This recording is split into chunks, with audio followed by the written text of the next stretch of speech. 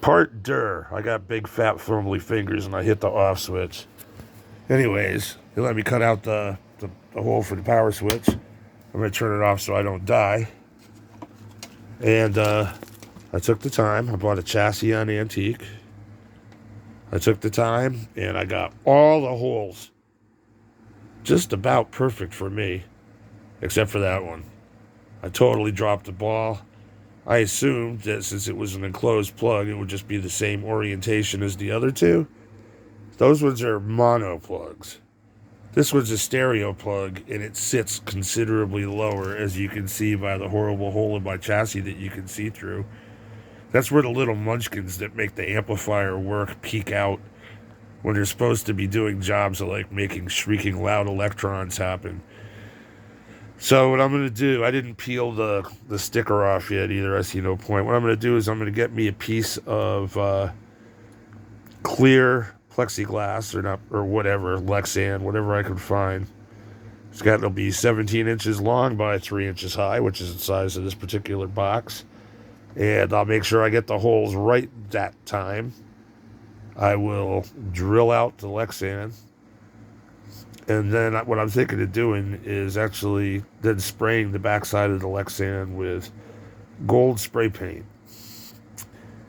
And then, once that's dry, scratching the labels into it backwards for, like the gain, volume, treble, mid, bass, presence, all that kind of crap.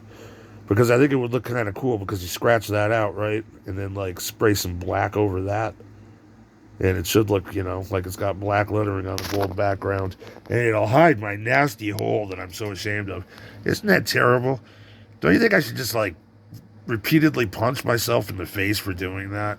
I mean, everything else on this thing came out pretty goddamn good for me, But anyways, it now works.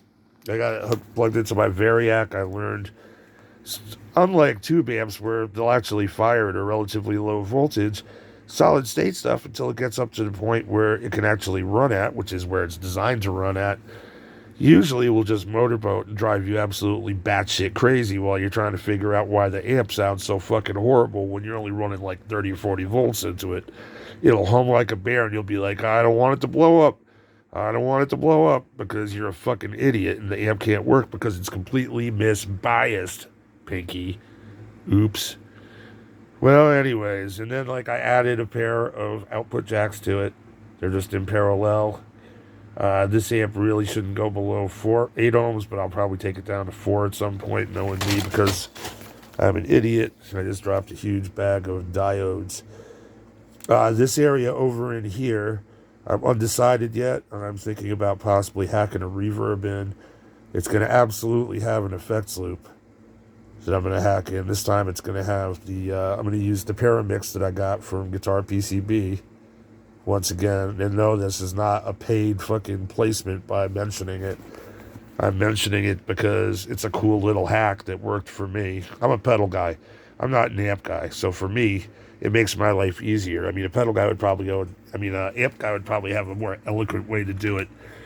But that's going to give me 4 jacks on the back. I'm going to stack them up like probably right over here somewhere. And so it's going to have both a parallel and a series loop in this case.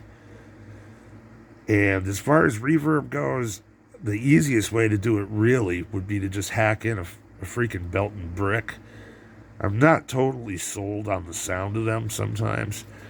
The long decay ones, see, the decay part is how long it takes for the echo part of the spring thing to hit, which is kind of weird.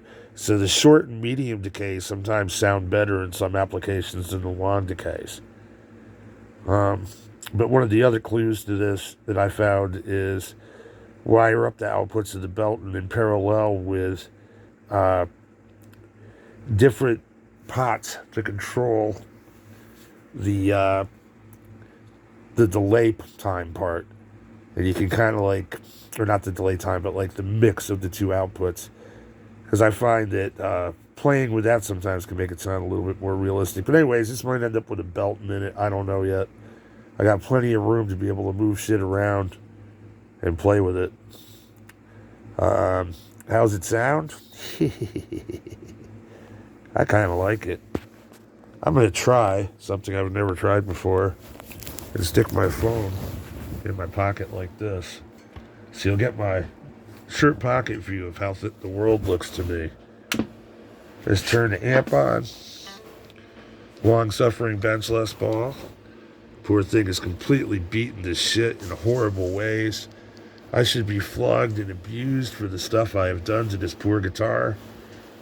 But I kind of like it just beat to shit the way it is. Anyways.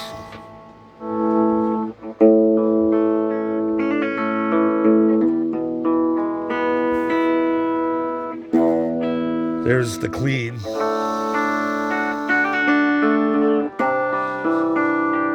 With the amp turned way down. I'm going to turn the amp down more. Guitar way down. I'm going to bring it up a little.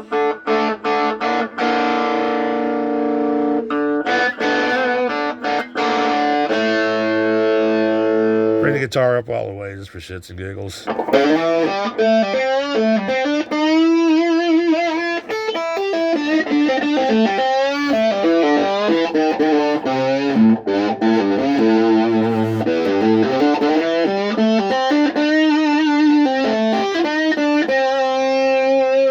Turn the guitar down, it cleans up beautiful.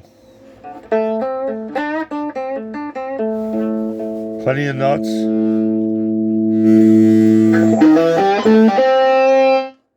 Like crazy nuts, more than I need.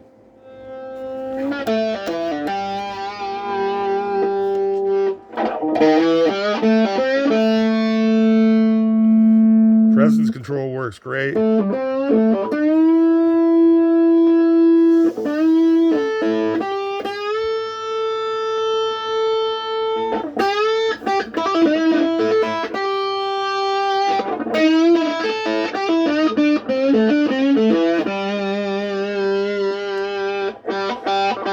Bass off. Mid-range off. Mid-range full.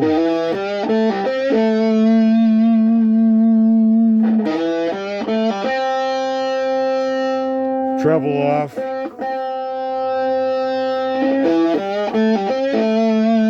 Treble on.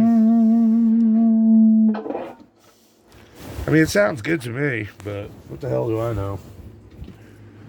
Anyways, I'll pull this thing out of my pocket. I have no idea how stupid that actually looked. But I will upload this to YouTube. I have to put the knobs on still. They're all sitting over there. Ooh, what's that curious thing? But I'm going to put the top on this thing. And this is ultimately going to become the amp I'm going to probably use in situations where I need something loud, light, portable, and reasonably versatile. I mean, I've been using the 12-watt Marshalls live lately because it seems like you crank them full blast. That's the perfect volume for at least the band I'm in, playing pretty dynamic classic rock and blues and soul and shit. And so this will be the next step upward if I need a little bit more power. I mean, I've got 2 or 3 other ones, which is kind of ridiculous. And Tassieviking on the Solid State Guitar Forum, shout out to you, bro. You helped me get this thing together. He actually drew up the schematic for this particular circuit, which is really cool because it didn't exist. There's 5010 schematics out there, but this is a revision 78 P2 or something, I forget, on the bottom, or B2 or something like that, or 2B on the bottom of the circuit board, which is different from the one that most of these are, because it's got the 2 inputs, the high and low, and the presence control, and just the 1 output for the combination line out headphone kind of deal. So anyways, I got to put the cover on this. I got to make the plexi front for it, and eventually it's just going to be like a metal box with like a leather handle or something on the top of it. But this is what I've been up to while I've been in Facebook jail. Hey, Mark Zuckerberg, You still suck my... Anyways, Pink Jimmy over and out. Peace. Marshall, Marshall, Marshall.